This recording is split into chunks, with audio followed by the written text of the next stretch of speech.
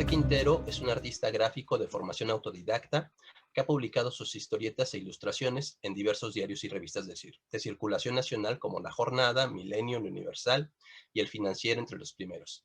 Y Cuo, MAT en México, Expansión, Milenio Semanal, la revista MX, Contralínea, La Mosca en la Pared, El Chamuco, Gato Pardo, Chilango y Variopinto, entre otras publicaciones periódicas nacionales, además de monográfico de España, aquí no sé cómo se pronuncia, Bio Arts Magazine de Francia, Comics Journal de Estados Unidos y ACME de Colombia. En 1987 obtuvo mención honorífica en el concurso de historieta experimental organizado por el Museo de Culturas Populares. Ha participado en diversos talleres, charlas y presentaciones de libros en universidades y casas de cultura de México y ha realizado exposiciones individuales dentro del territorio nacional y algunas colectivas en Cuba, París, Madrid y Barcelona. Fue fundador y colaborador de la revista Gallito Comics 1992 al 2000. Participó en la antología de historieta contemporánea Sensacional de Chilangos 2001 y en el compendio de historieta mexicana Consecuencias, Madrid 2005. Es autor de los libros Buba, volumen 1, El Pote, Un bohemio ya sin fe, Flor de Adrenalina, Las 13 muertes de Buba y Buba, volumen 2. Estos últimos editados bajo su propio sello, Ediciones Mono Barroco. Sí, claro. Es, para decirlo en corto, es otro mundo, ¿no? Lo que están viviendo los jóvenes y lo que podríamos platicar, que aparte hay registro, por ejemplo, en el cine, hay registro oral, o sea, que es lo que estamos haciendo ahorita, platicar de aquellas épocas. Todo eso está documentado y sin embargo, aunque tú te enteres cómo era, aunque te digan, mira, había, como hoy, puestos de revistas con revistas, con diarios, con otro tipo de publicaciones, algunos libros y demás, aunque lo expliques y aunque se entienda, era otra cosa, digo, con esto quiero decir que no es que no se pueda decir o no es que no se puede explicar, se puede platicar muy fácil cómo eran nuestros tiempos, pero la forma de vivir eso era otra. La opción, por ejemplo, que nos da ahora, o más bien, cómo se ha acomodado la mente a las redes digitales, a Internet, eh, pues otras dinámicas sociales, es lo que hace la diferencia, ¿no? En realidad, obviamente era el mismo mundo, era muy parecido, casi las mismas calles, algunas nomás han cambiado de sentido, han talado algunos árboles, esto y lo otro, pero cómo nuestra mente interpretaba el mundo, eso es lo que es muy distinto, ¿no?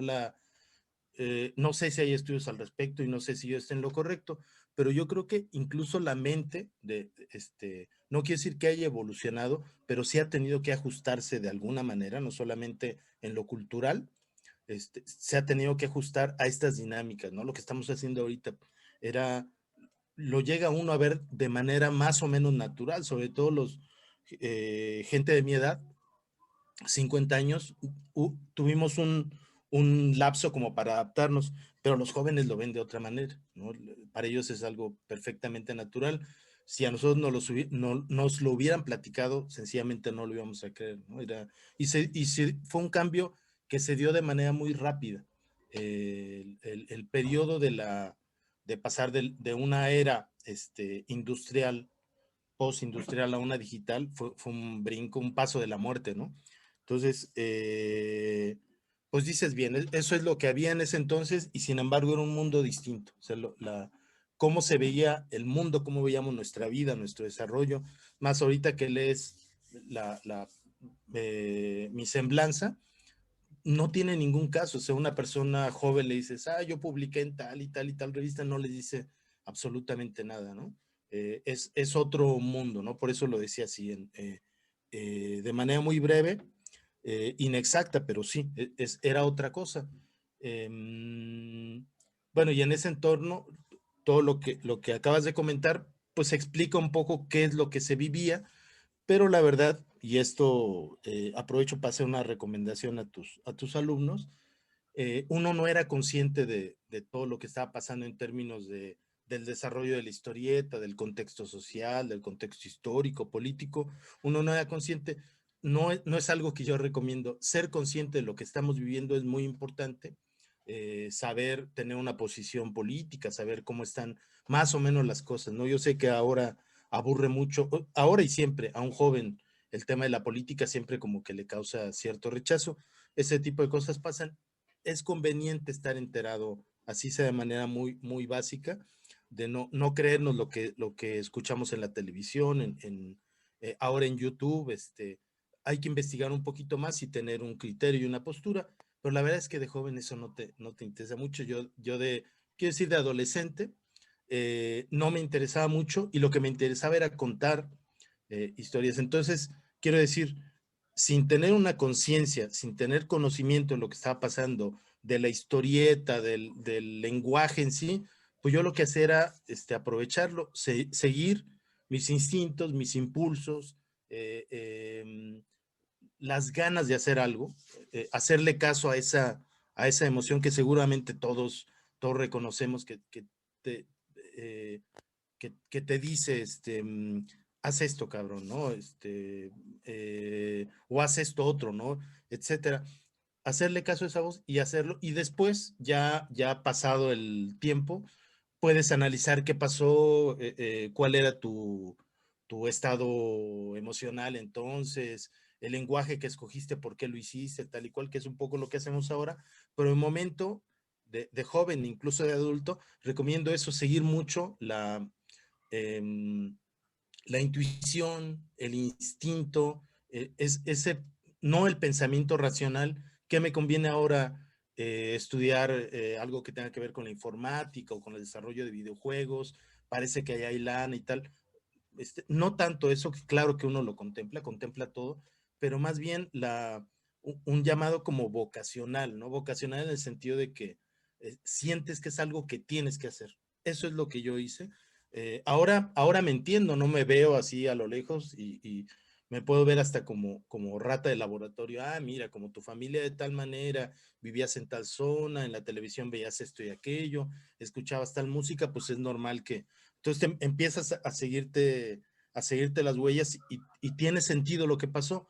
Pero en el momento lo recomendable es esto, ¿no? Sí estar atento, sí ser, tener una mente inquisitiva, preguntarse, no quedarse con lo que te dicen que es el mundo y que es la vida. Pues, a esa edad y a cualquier edad todo el mundo nos netea, ¿no? Nos dice, no, es que mira lo importante es esto o aquello, ¿no? Lo importante es la familia, la política, no, te dicen cómo tienes que ser, pero el chiste de la vida consiste en eso, no en desoír esas voces, pero oír sobre todo lo que tú estás viviendo y lo que estás sintiendo.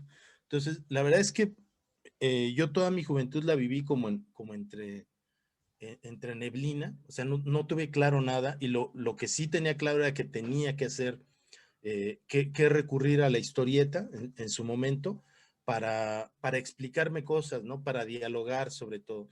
Era un proceso no era un proceso intelectual, no era, voy a hacer una historieta de tantas páginas, y luego la voy a publicar. No ocurría eso, necesito hacer eso, más que tengo que hacer esto, necesito hacer esto, sin verbalizarlo siquiera, comenzar a dibujar y ahí había un diálogo contigo mismo, ¿no? Es un proceso que tiene mucho que ver con la intuición, con el instinto, con la vocación, pero también con el inconsciente, con hacer cosas que permitan a aquella parte de ti que está debajo de tu identidad, de tu intelecto, todo ese basamento, toda esa cosa que está encerrada en el closet de tu mente, que salga. Y ahí es donde empiezan a ocurrir cosas muy interesantes, ¿no? Esta fue mi experiencia, pero yo creo que en general ocurre con todos los creadores, ¿no? En la medida en que abras en que desencloses o desclosetes, no sé cómo se diga, que dejes salir del closet de tu mente a las cosas que están ahí escondidas, ocurren cosas interesantes. Cuando caes en el lugar común y dices, yo quiero dibujar el hombre araña, ¿no? Y me esmero, no tiene nada de malo, de hecho te puede ir muy bien en la vida si lo haces bien, en términos económicos, en términos de desarrollo profesional, pero, pero o sea, finalmente estás siguiendo caminos trillados, ¿no? Caminos que ya existen, que se tienen que transitar y te dicen, mira, sigue este caminito de aquí a acá, o sea, claro que no es fácil, claro que hay un chingo de trabajo de por medio, estudio, profesionalización, pero si llegas de aquí a acá, puede llegar a este nivel de desarrollo, puedes tener estas opciones de trabajo, puedes tener hasta fama, ¿no? Incluso dinero, si lo haces bien, ¿no? Órale, y te avientas el... Hay quien lo ha hecho así y su experiencia ha sido, pues, muy exitosa. Ya vemos quienes nos metemos en berenjenales y de repente o sea, no te interesa ningún camino que esté en todos los sentidos, ¿eh? En el profesional, en el artístico, en el creativo, pero también el de la vida, ¿no? O sea, busca una pareja, ten hijos, compra una casa, invierte en esto, invierte en aquello. De repente eso te interesa menos y vas más bien buscando, seguro, bueno, no sé si les haya pasado que se hayan metido una milpa con ya los elotitos crecidos, que vas así, no sabes para dónde chingado, ¿no? Y vas moviendo las hojas y vas caminando por aquí, por allá. Un poco eso ha sido, o esa es la experiencia de quien hace caso a esa voz interna que te manda a la guerra así sin rifle, sin mochila, ¿no? O sea, órale, algo te dice que tienes que ir por ahí, pero no hay nada claro, no hay caminos abiertos, no hay certeza de nada. Y ahí ocurren cosas interesantes, que es lo que le ocurrió a nuestra generación, que nos juntamos varios sujetos que teníamos una idea parecida o un interés parecido, una vocación común, hacer historieta, contar historias, dibujar. Se encontró esa generación y comenzamos a transitar y a vivir pues esta vida común, esta vida como generación, esta vida de gentes que son más o menos sujetos de la misma edad, que tienen intereses comunes y que hacen lo mismo y que van desarrollando ¿qué diríamos? Un capítulo, ¿no? De nuestras vidas personales y profesionales. En este caso, muy cercanas a la historieta, yo diría que al dibujo en general, porque ha habido momentos en los que todos estamos haciendo ilustración, es decir, dibujando. Entonces ha sido más el dibujo que este asunto de contar historias a través de dibujos o acompañados de dibujos, que es la historieta, ¿no?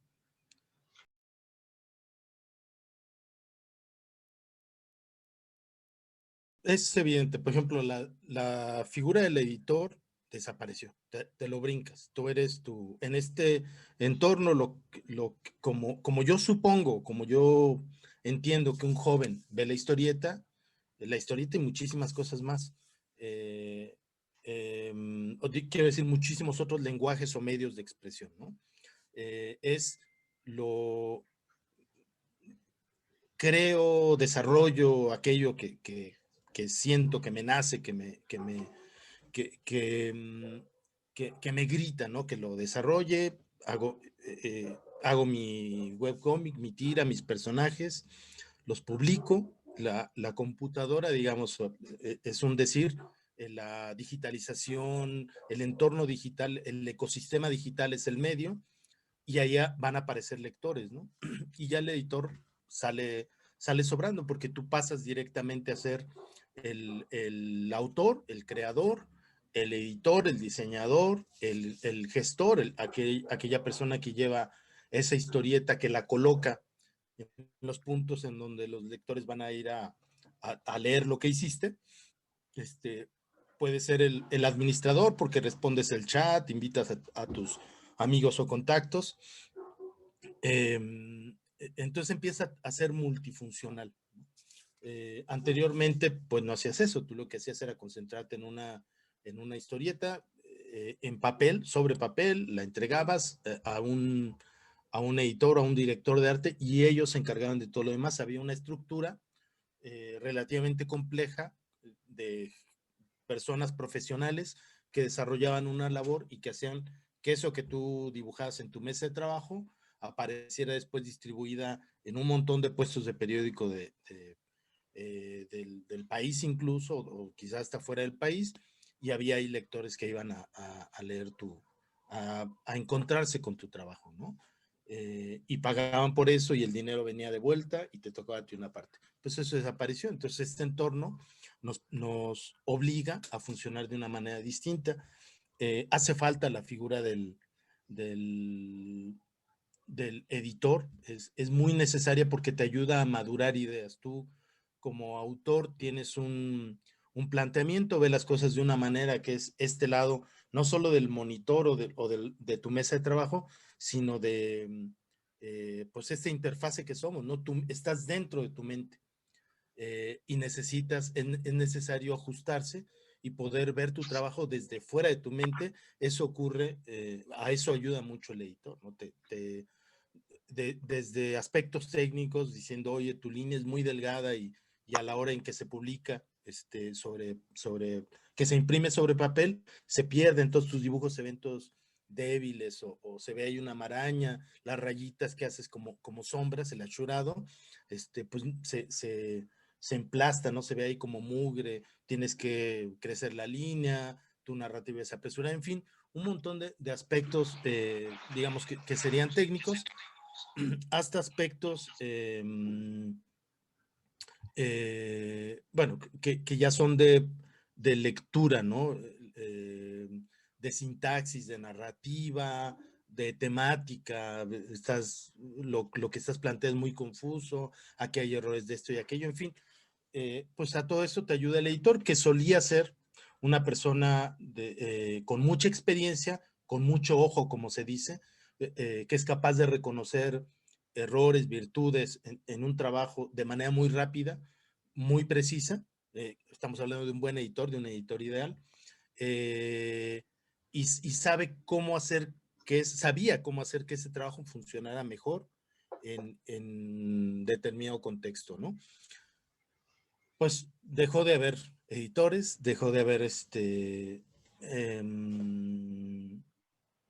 sobre todo eso, el editor era la figura que se ha perdido y que era de enorme importancia. Yo creo que es eso, bien lo planteas.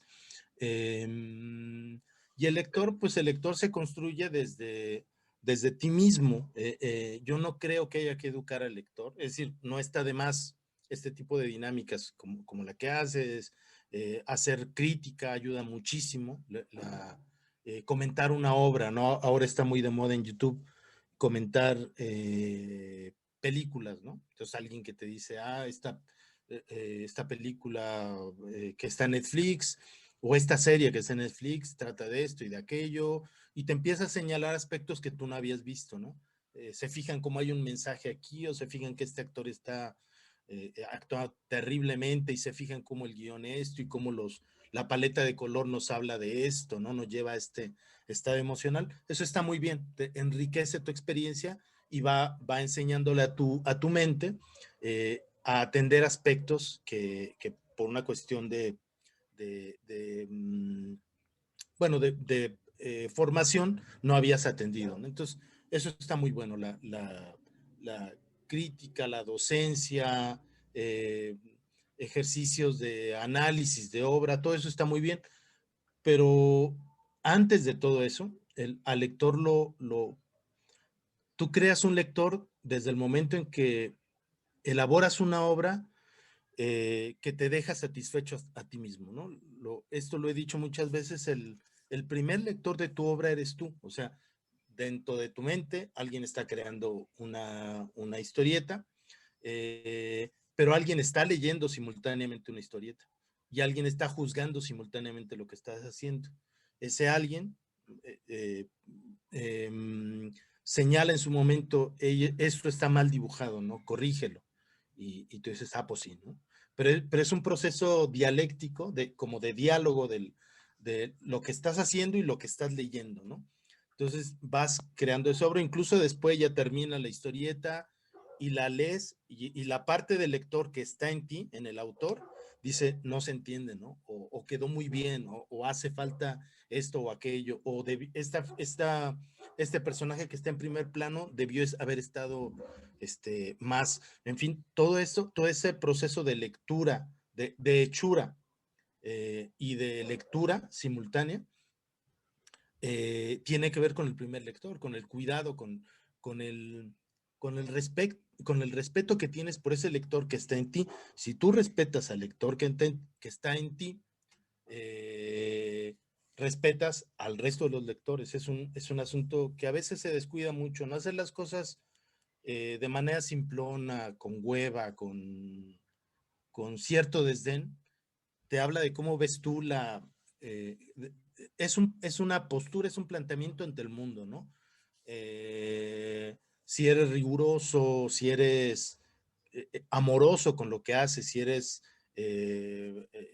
si lo consideras como una obra que te representa y demás, hay también un lector al que le estás dando voz, y en ese lector al que tú respetas, al que le quieres dar lo mejor, estás representando, estás sintetizando a todos los lectores a los que vaya a llegar tu obra. Y eso la gente lo siente. Por eso hay canciones, historietas, películas, actuaciones que se vuelven icónicas, ¿no? Que son apreciadas por una cantidad enorme de gente, o no, a lo mejor es una cantidad menor, pero lo que se le llaman las obras de culto, aunque sea una cantidad de gente reducida, relativamente marginal, aunque sean pocos lectores, pero les ha llegado tanto tu obra o nos ha llegado tanto esa obra que dices, puta, yo esto lo quiero en mi vida, no lo voy a atesorar y lo quiero en mi librero, lo quiero en mi discoteca, lo quiero en mi, lo quiero tener a la mano, ¿no? Quiero que esté aquí conmigo y que me acompañe. Y yo creo que corresponden a eso, ¿eh? No es una cuestión, claro que es una cuestión profesional, claro que es una cuestión técnica, todo eso se tiene que atender, pero va más allá, es más profunda, es de respeto, es de proyectar en lo que estás haciendo, eh, es hablar por la humanidad, ¿no? O sea, así seas una persona que tiene muy pocos lectores, o sea, seas una persona que tiene muchos lectores, estás hablando por todos. Eh, eh, em, y la otra cosa que quería comentar, bueno, esa era la pregunta, ¿no?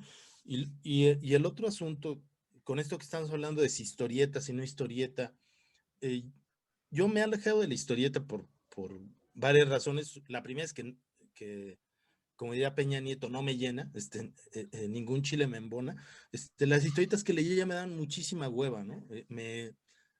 Incluso las puedo llegar a disfrutar, pero como disfrutas de repente unas donas Bimbo, ¿no?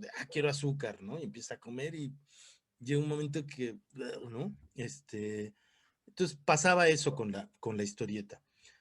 Pero simultáneamente, y no sé si simultáneamente, porque eso de repente encuentro textos que he escrito hace 15 años o reflexiones o comentarios y me doy cuenta que he sido consistente en ese sentido. Yo hace 20 años decía, para mí un libro de historieta como este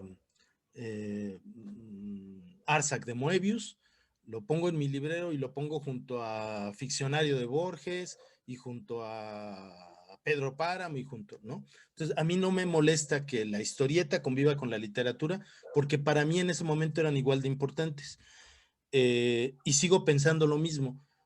Para mí ya dejó de importar el soporte, lo que llamaríamos el lenguaje, ¿no? La historieta es un lenguaje, la literatura es un lenguaje, la poesía es un lenguaje, el cine es un lenguaje, la música es un lenguaje, la ilustropoesía que yo he creado es un lenguaje. Entonces, me interesa más, ya me deja de interesar el soporte, me interesa lo que estás, las ideas, las emociones, los planteamientos, las historias, lo que sea que ocurra, me interesa más que el lenguaje, ¿no? Entonces, por eso hablo, no es que tenga desdén, no es que tenga distancia, como tal con la historieta, ¿no? Es que lo que se dice a través de esos lenguajes, que ya no es un problema de lenguaje, ya es un asunto de qué se cuenta a través de, este, podría decir, es que la literatura, o bueno, lo dije hace rato, la literatura me parece un lenguaje, pero no, en la literatura hay mucha mierda, también hay cosas terribles, ¿no? Los bestsellers, cuando uno entra a una librería y empieza a ver basura, basura, basura, basura, y tienes que buscarle para encontrar cosas buenas, eso es cierto. El cine ni se diga, yo para ver una serie o película en Netflix necesito tomarme tiempo porque hay que expulgarle, ¿no? Como ropa de paca. Basura, basura, basura, y, o sea, basura muy, muy elaborada, muy producida, con niveles técnicos, notabilísimos, pero a fin de cuentas basura, ¿no? Todas las películas de Marvel, todas las películas de Marvel, todas las películas de DC, no digo que esté mal verlas, no digo que no te, por ejemplo, la de Ant-Man la he visto unas 4 veces por voluntad, pero sabes que estás viendo basura, ja, ja, ja, ja, ja, me divierto un rato, etcétera, pero te das esos gustos, no te permites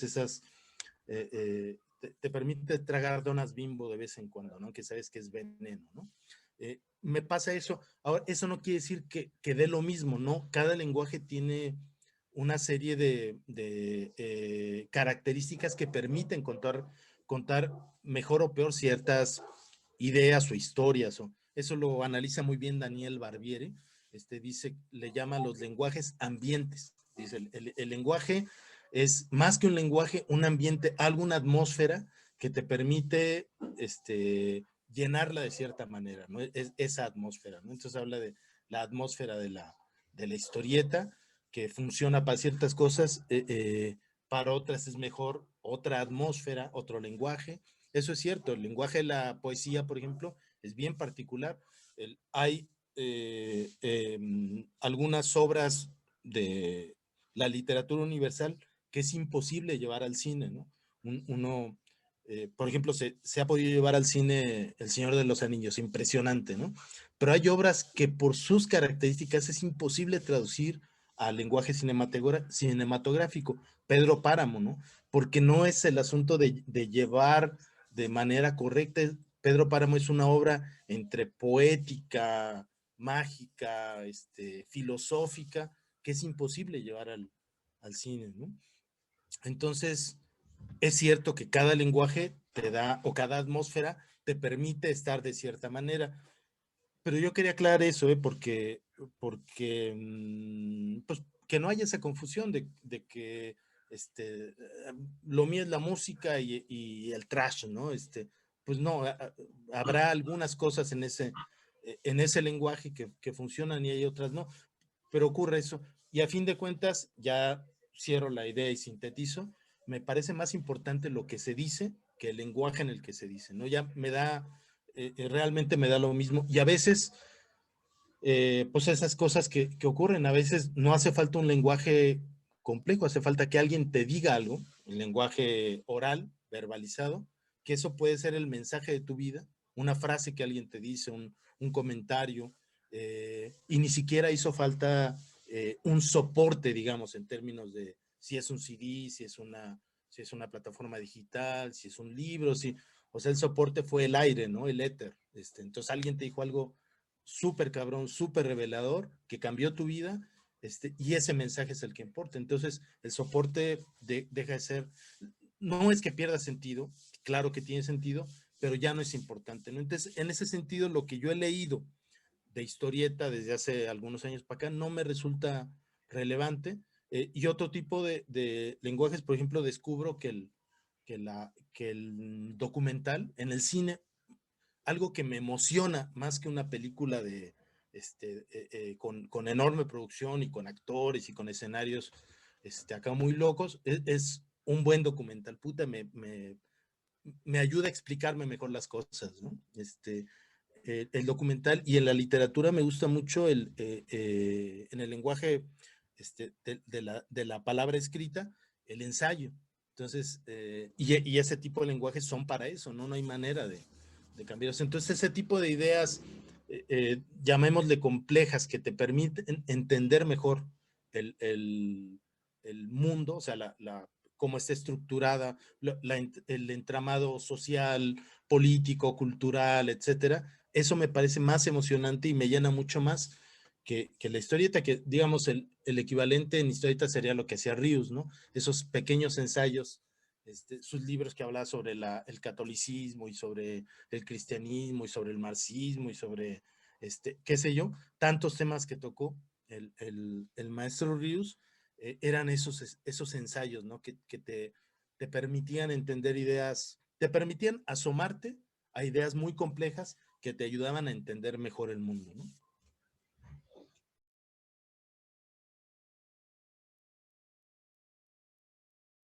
Evidentemente hay, todas las cosas en el mundo tienen pros y contras, todos los procesos tienen ventajas y desventajas, eso es parte no sé a quién se le ocurrió hacer el universo así, pero funciona de esa manera, ¿no? Todo tiene aspectos, quiero decir, como se diría, ¿no? Equivocadamente, pero nos ayuda a entender, objetivamente positivos y negativos, ¿no? Como de una mente neutral que analiza las cosas y dice, bueno, aquí hay esto que es ventajoso, positivo, y esto que es este, que dificulta los procesos, que es negativo, que hace mal, etcétera, ¿no? Eso una mente universal, neutral, científica, ¿no? Una mente científica. Y hay un aspecto que es subjetivo, cómo veo yo las cosas, ¿no? Hay aspectos o fenómenos políticos, sociales, que hay que los interpreta como ventajosos, como buenos, por decirlo de alguna manera, y hay que los ve como catastróficos. Entonces, son esos dos elementos. Eso yo creo que siempre ha ocurrido. Yo, por ejemplo, veo con una mirada muy crítica este feminismo, el feminismo burgués, feminismo blanco, feminismo de redes sociales, como quieran llamarlo, lo veo de manera muy crítica y hay aspectos que me parecen de ese feminismo, no del feminismo. De hecho, muchas feministas dicen, es que no es el feminismo, son los feminismos. Bueno, de esos feminismos, a mí el que me parece interesantísimo, enriquecedor, es la economía feminista. Me interesa muchísimo, aprendes muchísimo de eso, le abre un flanco al conocimiento que me parece muy interesante. Me parece un feminismo muy noble, que no divide entre géneros, entre hombres y mujeres, entre macho opresor y mujer víctima, aporta al marxismo. Ese feminismo me parece muy interesante y conozco poco, la verdad, pero eso me parece que aporta mucho. Lamentablemente el feminismo que estamos viviendo, que se vive en redes sociales y que han abrazado la mayoría de las mujeres que tengo yo como contactos en redes y muchas de las mujeres con las que convivo, me parece que es el peor feminismo, ese feminismo del 8M, visible en las calles, que reduce la problemática entre hombres y mujeres, que separa, ese feminismo me parece terrible. No hablo de eso públicamente porque ahorita hay una situación complicada en la que no puedes hablar de ciertos temas. Este feminismo burgués es uno de ellos porque le quitan el apellido y parece que estás contra el feminismo y contra las mujeres. Como ves, volvemos a ese punto, ¿no? Son perspectivas desde las que analizas un fenómeno. Por otro lado, es cierto, me parece que nosotros vivimos durante mucho tiempo, ¿no? Hablo por mi generación, por lo pronto, y hablo por mi persona, pero ya se voy a llorar, me emocioné. Hablo por mi persona, por lo pronto, en que vivimos efectivamente creyendo que la mujer, crecimos con una serie de claves machistas y que habíamos efectivamente normalizado, que veíamos como normal. Eso también es cierto, que estamos obligados a reeducarnos, a replantearnos nuestra conducta, el espacio social, las relaciones entre seres humanos, las relaciones interpersonales. Eso es cierto y eso ha sido positivo. Entonces, esto sería lo que tendría que decir. Bueno, y que haya mujeres historietistas está muy bien. Hace rato yo era consciente de eso cuando dije, nos juntamos un montón, cuando éramos jovencitos, un montón no recuerdo cómo le dije, pero se sobreentendía de hombres, de colegas que teníamos este interés en hacer historietas y tal. Era consciente de eso, que estaba hablando de hombres porque éramos solo hombres, no habría mujeres. No había mujeres, y ahora hay más mujeres jovencitas que dibujan maravillosamente bien, que tienen ideas interesantes y tal. Eso me parece perfecto, pero dando un paso más allá, a mí me da lo mismo si es autor o autora de tal o cual obra. Me da un poco lo mismo, o sea, lo que me interesa es el mensaje. Entonces, si una mujer, si es una mujer la autora de un webcomic muy exitoso, pero me parece pésimo, me da lo mismo que sea mujer o hombre. Sigo pensando que el lenguaje, perdón, que el mensaje es lo más importante, no el lenguaje, no el género de quien lo elabora. Incluso se han dado casos de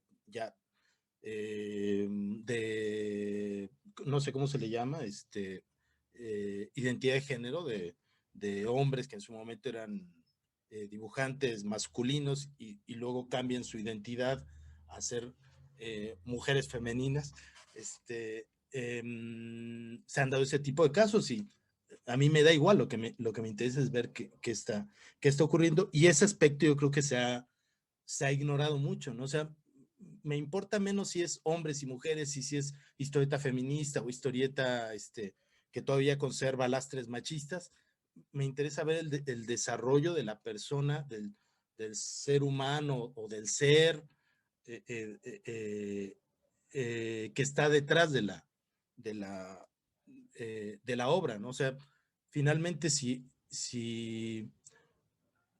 el siguiente gobernante, si el siguiente presidente es presidenta y actúa igual que Angela Merkel, no me parece que haya ningún avance. Tendría que ser un político, una política con un desarrollo ético, con un respeto por la política, por la sociedad. Eso es donde se debería de avanzar, creo yo, ¿no? Entonces, quiero decir, son aspectos, son ideas de este planteamiento que haces de lo de las mujeres. Que haya más mujeres me parece perfecto, incluso por asunto estético, ¿no? Yo vengo de una generación de no solo de hombres, sino de hombres feos y entonces ver chicas no necesariamente por un asunto de interés romántico, pero ayuda mucho, no cambian mucho las dinámicas de estar una bola de cabrones con dinámicas por ejemplo, en el taller del perro había una dinámica de hacerse bolita, ¿no? Como en la primaria, que llegaba alguien y lo tiraban al piso y se le aventaban encima a los demás, así como de niños, había una dinámica de hacerse bolita. Entonces no me acuerdo cuál era si cometías un error o si simplemente llegabas a las oficinas de Víctor, te tumbaban y te hacían bolita, y ahí tienes encima al Clement y al Frick, ya entrados en carnes. Entonces, ese tipo de dinámicas cambian con las mujeres y al revés, ¿no? Hay dinámicas, según entiendo, que son solo entre mujeres, en las que hace falta, de repente dicen, no, pues aquí hace falta un hombre, no porque haga falta un hombre en el sentido machista, sino que las dinámicas sociales cambian de acuerdo al género, ¿no? Entonces, hasta por bueno, espero que no haya sido un comentario desatinado, políticamente incorrecto, de mal gusto, pero hasta por ese tipo de cosas es mucho más relajado, mucho más placentero estar en un grupo diverso que en un grupo de freaks, ¿no? Esa era la pregunta, ¿no?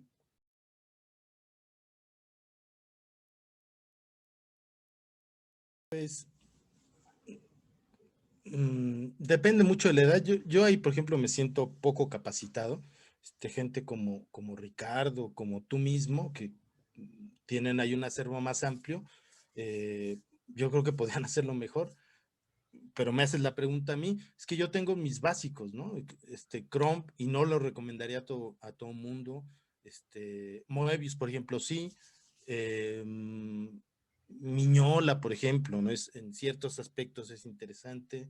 Daniel Klaus siempre menciona los mismos, ¿no? Tsutomu Nihei, y no lo recomendaría a todo mundo. Ese es el problema que yo veo, que las cosas que a mí me interesan, no, con las que me he casado, esas obras que llevo, que tengo atesoradas, Jim Goodring, Frank de Jim Goodring me parece genial, pero no necesariamente creo que a todo el mundo le gustaría. Y en cambio hay obras que todo el mundo la recomienda, que son como en el cine, ¿no? Es que tienes que ver Naranja Mecánica, es que tienes que ver El Resplandor, es que tienes que ver, y te dan así la lista, y a la hora que las ves, no estoy hablando de estas, pero, o sea, a mí me pasó cuando vi este güey que corre, ¿cómo se llama? La de Tom Hanks. que la dejé Forrest Gump. pasar. Forrest Gump. Puta, me pareció tan mala, de verdad. Eh, y ese es un mal ejemplo, pero ha habido un montón de películas que te dicen, es que tienes que ver esta película porque tal, y las ves y no son importantes. Y hay otras obras de las que nadie habla y que a mí o sea, me parecen, yo diría que son obligadas, ¿no? En el cine lo tengo más claro. Después de la boda, hay un montón de películas menores, eh, entre el Lemurs, o como se pronuncia en una película francesa sobre maestros. ¿Tú la viste? Entre Ujú, Lemurs. ujú. Esa, por ejemplo, me parece muy, muy buena y pasó sin pena ni gloria. La buscas ahora y no la encuentras por ningún lado. En fin, ese tipo de cosas que las tengo muy claras en el cine porque es masivo y porque tenemos esa referencia, me ocurren con la historieta. Entonces, las cosas que yo recomendaría creo que no funcionarían. Y hay cosas, lo mismo en la historieta, Maus. Tienes que leer Maus, es que Maus, es que Maus. No me gusta nada el trabajo de Art Spiegelman, la obra me parece mala, mal dibujada, sobrevalorada, esta Perséfone me parece malísima, entonces soy malo recomendando este tipo de cosas. Más bien yo lo que haría sería acercar, incentivar en la gente joven la lectura y que vaya descubriendo y sí ponerles muchas cosas, ¿no? Así de, mira, este es el menú y la mesa atascada de cosas y que vayan probando si salados, si dulces, si combinando, si, pero tiene uno que desarrollar su gusto personal y además el gusto tiene mucho que ver con lo que tú eres en un sentido muy profundo. No quiero aquí sonar como que hay como una sombra de superioridad moral, pero si eres una persona frívola, te va a encantar todo lo que sea frívolo, ¿no? Y si es una persona con intereses como más profundos, digamos, ¿no? Discursos, no sé cómo decirlo, como aspectos más trascendentales, filosóficos, etcétera, vas a buscar eso. Entonces yo lo que recomendaría, ya para no dejar las cosas así en la vaguedad, yo lo que recomiendo siempre, siempre, siempre, y aprovechando que hay gente joven con la que puedo uno platicar, estoy acostumbrado a platicar con adultos y eso también genera otra dinámica, pero es que cultiven su espíritu, ¿no? ¿Qué quiere decir con esto que suena así como tan Jodorowsky? Pues eso, trabajar mucho las emociones, trabajar mucho aspectos profundos de la vida, o sea, no quedarse solamente en la superficie de nada, ¿no? Lo, lo, Hay cosas interesantes en la epidermis, pero hay cosas súper interesantes que están en la dermis o más abajo, ¿no? O sea, que hay que escarbar, que hay que buscar eh, lo, lo, mm, lo que tenemos a la mano. Yo estoy seguro de que no es lo que vale la pena, ¿no? Aunque hay cosas que valgan la pena. Creo que la sociedad se ha conformado, o el mundo se ha conformado de una manera en que digamos, por sistema se encarga de ponerte cerca, al alcance de la mano, cosas que no te hacen bien y que las cosas que te van a enriquecer, que te van a nutrir, hay que buscarlas, hay que revolver, meterse dentro de la paca para encontrar esas cosas que valen la pena y que tienen que ver contigo. Entonces, cultivar ese interés, cultivar el pensamiento crítico, eso, tener un espíritu sano, inquisitivo, sana inquisición, un espíritu curioso, un espíritu que mastique mucho las ideas, un espíritu rumiante, ¿no? De estar pensando, y esto si es así como me dicen, no es así como me dicen, cómo lo siento yo, confío en esta persona, confío en esta idea, esa disposición me parece que es lo que habría que alimentar.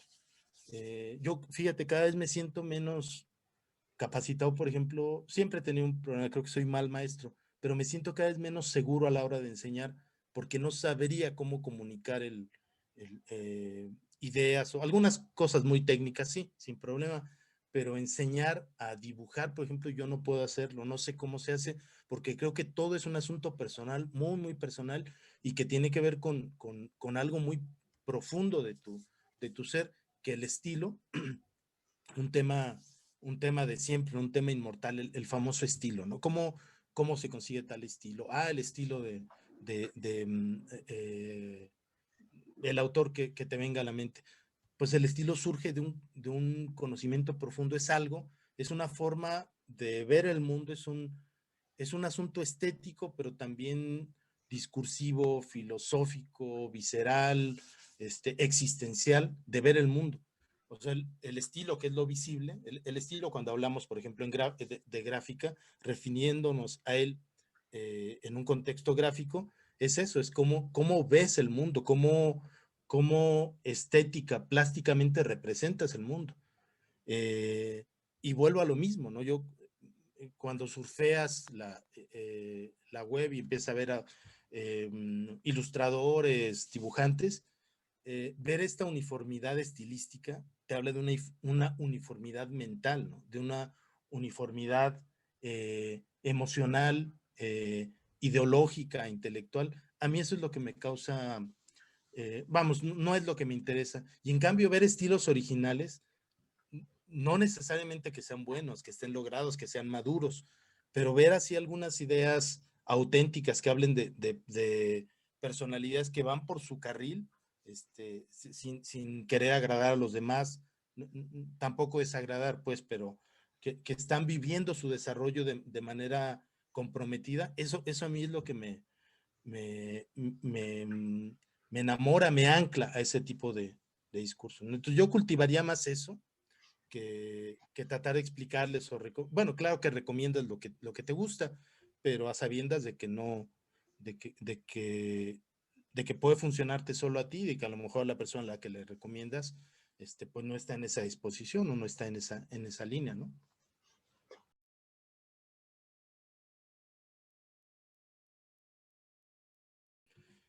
Mire, ahí pues, yo anotaría, no sé si están considerando este aspecto del colonialismo, de que eh, la producción en México, hay muchísimos factores, es complejísimo y sería un berenjenal, sería meterse en un berenjenal, tratar de entender todos los factores, aunque vale la pena, yo creo que en otro contexto, en otro momento hablar de eso, ¿no? ¿Por qué hay tan poca producción? ¿Por qué los autores han tenido un desarrollo como lo han tenido o lo hemos tenido? Este, hay muchas explicaciones, muchos fenómenos económicos, políticos, culturales, sobre todo, y uno de esos aspectos es el colonialismo, que sintetiza a todos. ¿Qué es el colonialismo? La imposición de una forma de pensar eh, hegemónica, una forma de pensar específica que corresponde al pensamiento europeo del hombre blanco y imponer ese pensamiento. El colonialismo es más diverso. Quiero hablar del colonialismo eurocentrista, ¿no? Que es el que nos tocó. Imponer ese pensamiento en donde alcances, ¿no? Donde se pueda, que pudieron hacerlo en el mundo, ¿no? O sea, fue tan exitoso el colonialismo europeo o eurocentrista que ya lo impusieron en todo el globo, ¿no? Hay, hasta en China están imponiendo este colonialismo, ¿no? ¿Qué hacen? Eh, colonizan, perdón, tu mente, te hacen pensar como ellos y ya chingaron, ¿no? Eh, ese sería el fenómeno que hay que incluir. ¿Por qué en Europa? ¿Por qué en Estados Unidos? En Asia creo que es otro cantar, de eso sí no lo tengo tan claro, pero ¿por qué tienen tanta producción? ¿Por qué valoran tanto su producción?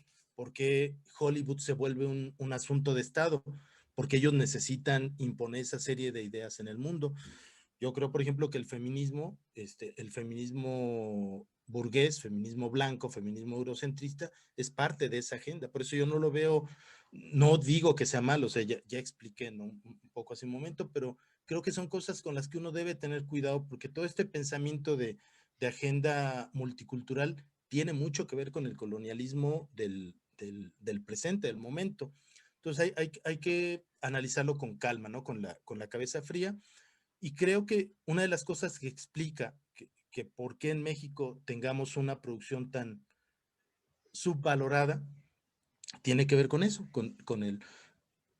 Es, a lo mejor es como frívolo lo que estoy diciendo, pero lo que tenemos en mente como idea de éxito, los dibujantes y los ilustradores, y las dibujantes y las ilustradoras en México, y yo creo que en todo Latinoamérica, es un tipo de obra de arte de un autor, de una autora eurocentrista, ¿no? Gabacho, inglés, catalán, belga, qué sé yo. ¿Por qué? Pues es por eso, ¿no? Cuando ese fenómeno lo vemos todo el tiempo en las redes sociales.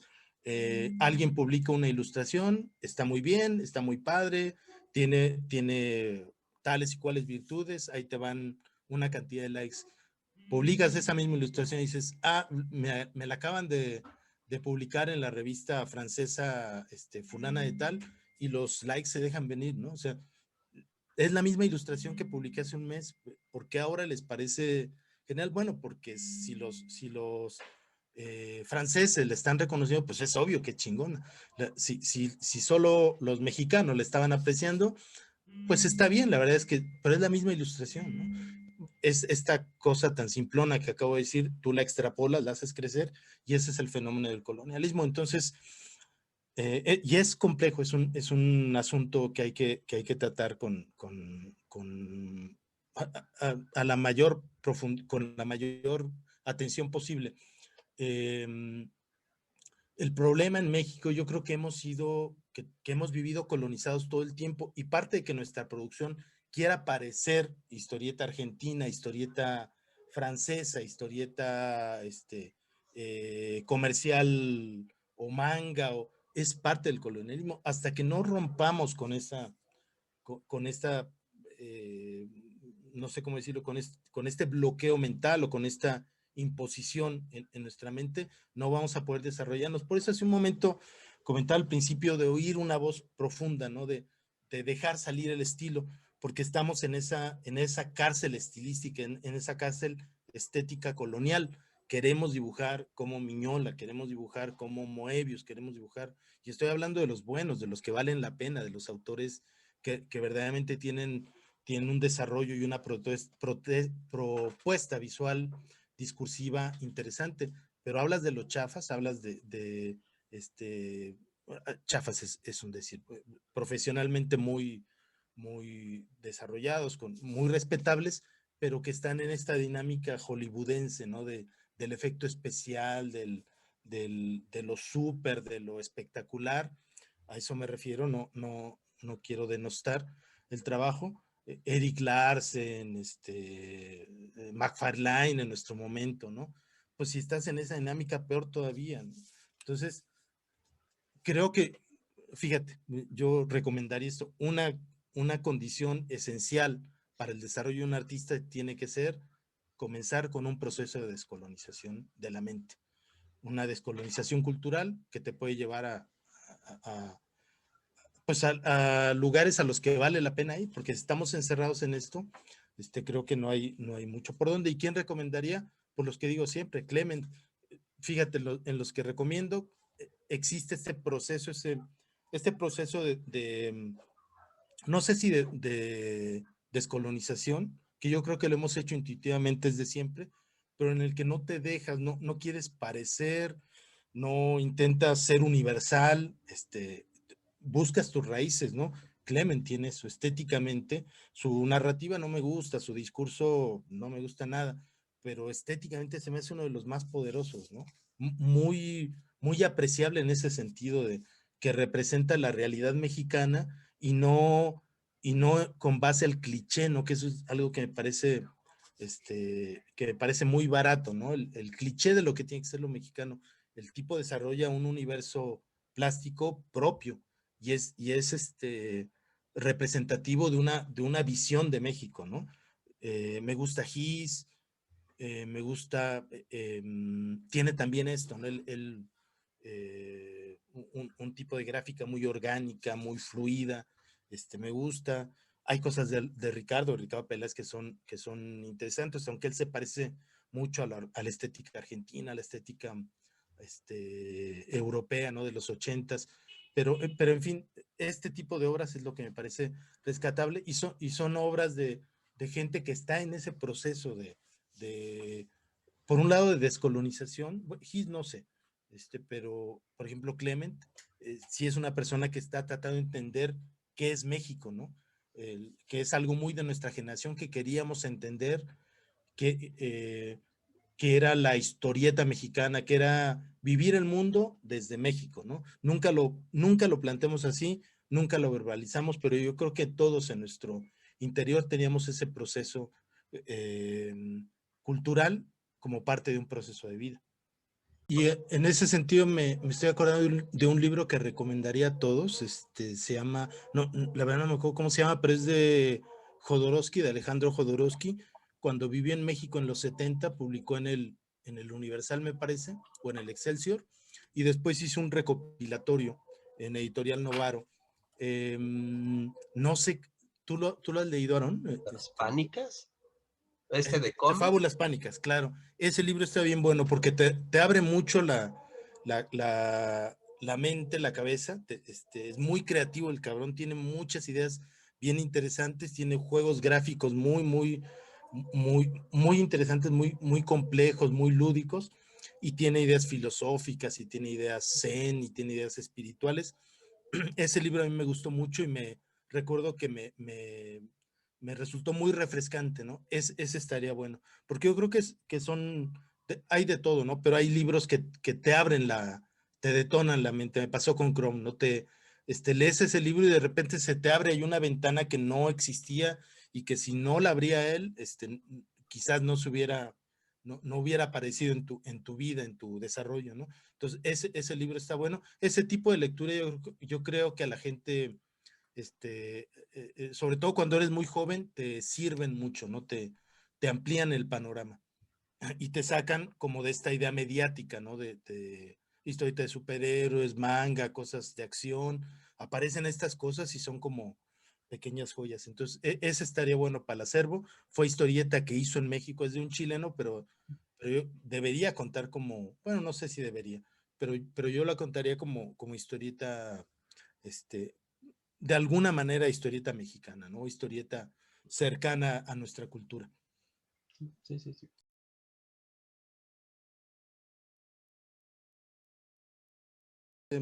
Mi material se consigue conmigo, ¿no? No hay de otra. No tenemos punto de venta. Algunos libros se han agotado. Tengo material, pues ya viejito, digamos, las últimas publicaciones ya son viejas. Todavía tengo ahí mis cajitas de libros, entonces si están interesados en mi chamba, algunos ejemplares los tengo, pues sería contactarme directamente por alguna de las redes sociales. Y estoy trabajando en varias cosas, pero fíjate que ahí por experiencia y por curarme en salud preferiría no hablar de eso, ¿no? Porque quién sabe cuándo salgan, les falta muchísimo trabajo. Y sí, prefiero hasta que esté terminado el material, comentarlo incluso publicitarlo, pero me ha pasado mucho eso, ¿no? Que yo estoy seguro, ya este año tiene que salir el siguiente libro, ¿no? Y las cosas no se dan o yo no hago que las cosas se den, entonces vas como quedando mal y anímicamente te va pesando, ¿no? De puta, van 3 años, 4 años y ese material que ya estaba listo no ha salido y tal y cual, ¿no? Entonces, por esa razón, preferiría eh, ser más reservado, más prudente con lo que estoy trabajando. Y lo que sí diría, un poco para reforzar la idea y sobre todo para los chavos, para dejar esto claro, bueno, para no dejar esto claro, para posicionar mi idea de sí ser que, bueno, es importantísimo ser creativo y todo lo demás se forma después, ¿no? Pero ser creativo, ¿en qué sentido?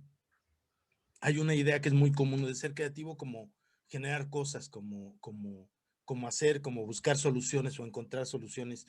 Y yo entiendo ser creativo como crear, como generar en el mundo cosas que no existen, ¿no? Crear cosas que no existen, ¿no? Entonces, crear una historieta de un superhéroe en una ciudad, en una mega urbe, que pues eso ya existe. No quiere decir que no puedas tú revolucionar el género, pero, pero bueno, si partes de esa idea de quiero revolucionar el género, creo que ya empezaste mal. Entonces, crear cosas que existen dentro de ti, que tienes que desarrollar esto, crearlas. No existen, tú tienes que encargarte de hacer que aterricen en la realidad, ¿no? En ese sentido, ser creativos, ¿no? Y la otra idea, que es la que decía, la idea en la que quiero insistir, es no pensar tanto en el lenguaje. Por supuesto que hay que pensar en el lenguaje, formarse, incluso esto que decías, distinguir el manga, distinguir la historieta norteamericana, en sus distintos géneros, en sus distintas épocas, todo eso está muy bien por cultura general, pero lo importante es eso que quieres decir, que vas a crear, ¿no? Y en ese sentido, recomiendo no detenerse tanto en el lenguaje, no sobredimensionar o fetichizar el lenguaje, que es, o sea, yo tengo amigos que dicen, yo solo leo historieta, o para mí el cine es, o a mí no me gusta tal cosa como yo le estaba diciendo, no es que dejé de leer historieta, pero no es el lenguaje, es el mensaje, lo que se dice a través el lenguaje es un medio. Lo importante es qué es lo que está viajando de esa obra a ti o de ti al resto de la gente. Entonces, dar importancia a eso, lo comento porque ahorita que me preguntas en qué estoy trabajando, pues es un poco de todo. Estoy escribiendo poesía cuando me siento en ese ánimo, agarro la guitarra, que es una de las cosas más ociosas que puedo hacer, pero siento la necesidad de agarrar la guitarra y de grabar unos acordes y qué sé yo, y luego de dibujar, quisiera hacer algo de grabado, quisiera hacer algo de color, y luego color digital. Entonces, más allá de que pudiera ser un desorden y de que hay que disciplinarse y llevar cierto método, yo lo que recomiendo es eso, ¿no? Crear, este, que saquen lo mejor de sí, que busquen, sonó terrible eso, que busquen, que abran su canal creativo, pues, ese sería lo mejor, corrijo y salvo la frase, que dejen salir lo mejor y lo peor de sí mismos a través de ese canal creativo, ¿no? Que hay veces que dice uno cosas terribles, que son catárticas, que son dolorosas, no para los demás, para uno mismo, hablar de esos temas o desarrollarlos, dejar salir todo eso, porque ahí está lo que yo creo que vale la pena, ¿no?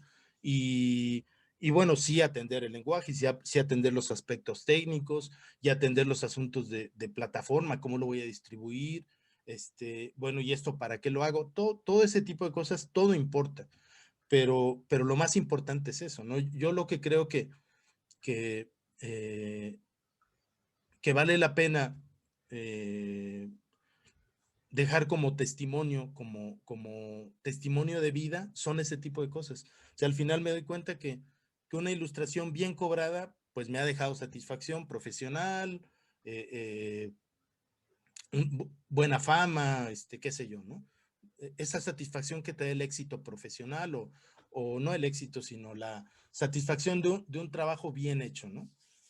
Pero lo que de verdad queda o quedará a mi paso, estoy hablando específicamente por mí, yo creo que son ese tipo de cosas, algún poema bien escrito, redondo, que alguien memoriza, para mí eso es lo que creo que me dejaría, sigo insatisfecho, estoy muy insatisfecho con lo que he hecho, muy, muy insatisfecho, siempre creo que lo mejor tiene que ser lo que esté por venir, pero de las cosas que he hecho, hay algunas páginas de historieta que la releo y digo, puta, qué chingón, que tenía 26 años cuando la hice, ¿no?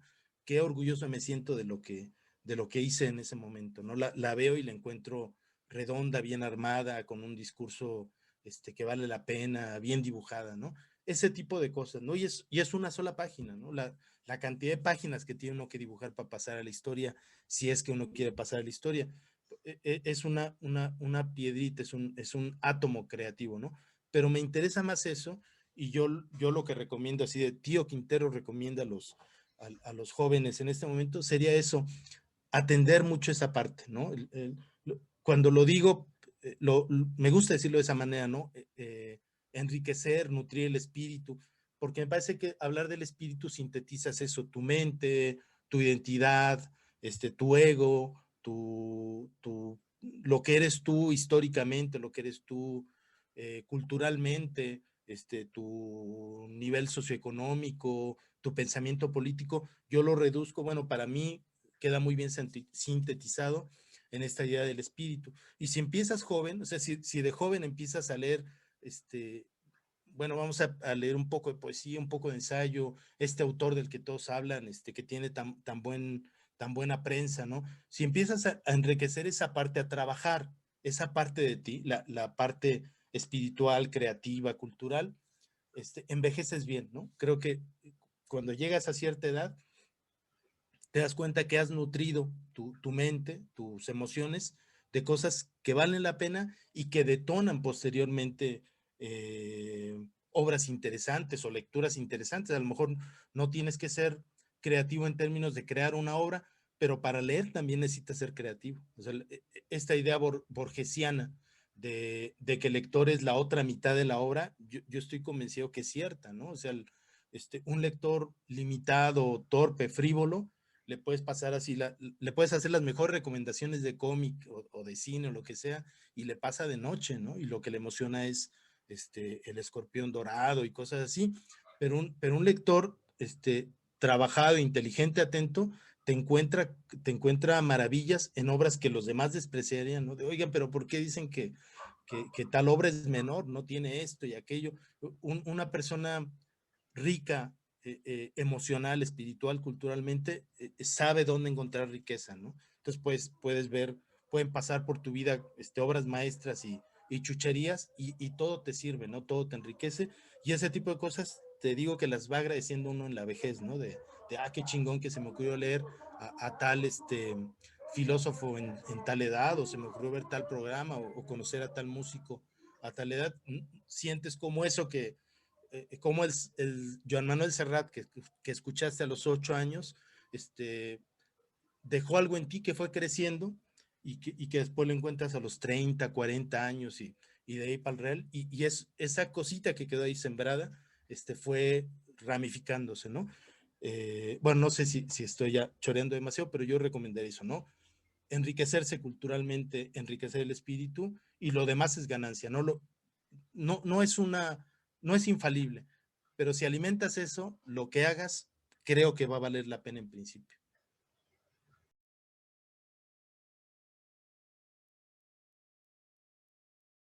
Yo quisiera hacerle otra pregunta.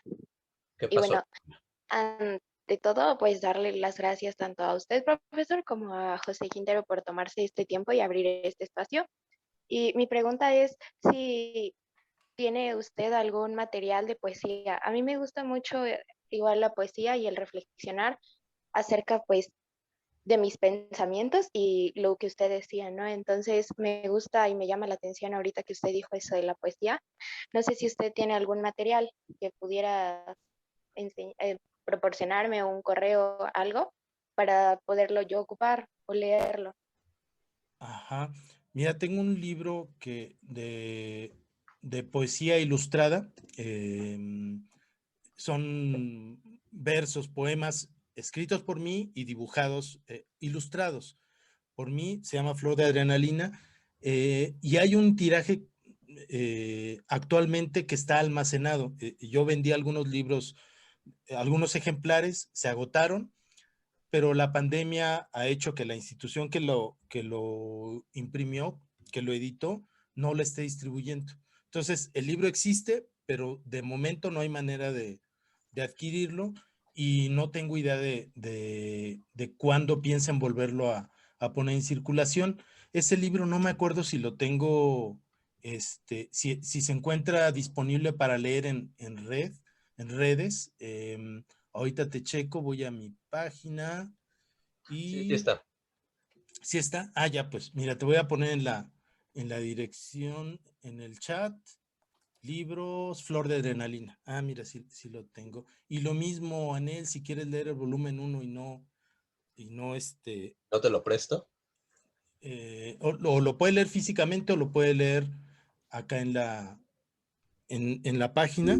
Se lee medio mal porque está muy chiquito el formato, no es muy cómodo, pero mira, ya te pasé. Libros, Flor de Adrenalina. Este es el libro de ilustropoesía que les comentaba. Está bueno, hay poemas que están buenos, no es, es irregular el libro, pero en general está bien. Y lo mismo, creo que es un libro que ha tenido buena fortuna. Entonces, ahí puedes conocer parte de lo que hago como poetizo. Y algunos de los poemas que aparecen ahí, de hecho, son historietas, son textos de historieta del libro que le recomendamos a Anel, el volumen 1. Entonces ahí es una mezcolanza de cosas, pero como ejercicio está bueno, como esta idea de Muchas mezclar, no, de nada, al contrario, ojalá te guste, esta muchas idea de gracias. mezclar poesía, dibujos, etcétera, que a mí me gusta tanto, o sea, no brincarme la regla, sino hacer lo que me venga en gana y después ver si estuvo bien o estuvo mal, ¿no? Pero primero quitarse estas ideas de no, es que la historieta es narrativa y tienes que contar una historia y, está bien a veces y a veces está bien decir, no, yo quiero hablar de filosofía, ¿no? Y ponerte a hacer una historieta que toque temas de filosofía y tal. Entonces, hacer lo que nos nazca, ¿no? Ese sería el punto, y el libro tiene algunos momentos afortunados. Entonces, bueno, pues para los demás, igual ahí está el link del libro, a ver qué les parece. Y bueno, pues un gusto platicar. Ojalá que les guste el material, ojalá que les guste mi trabajo. Y pues nada, un placer haber charlado con todos ustedes. Bueno,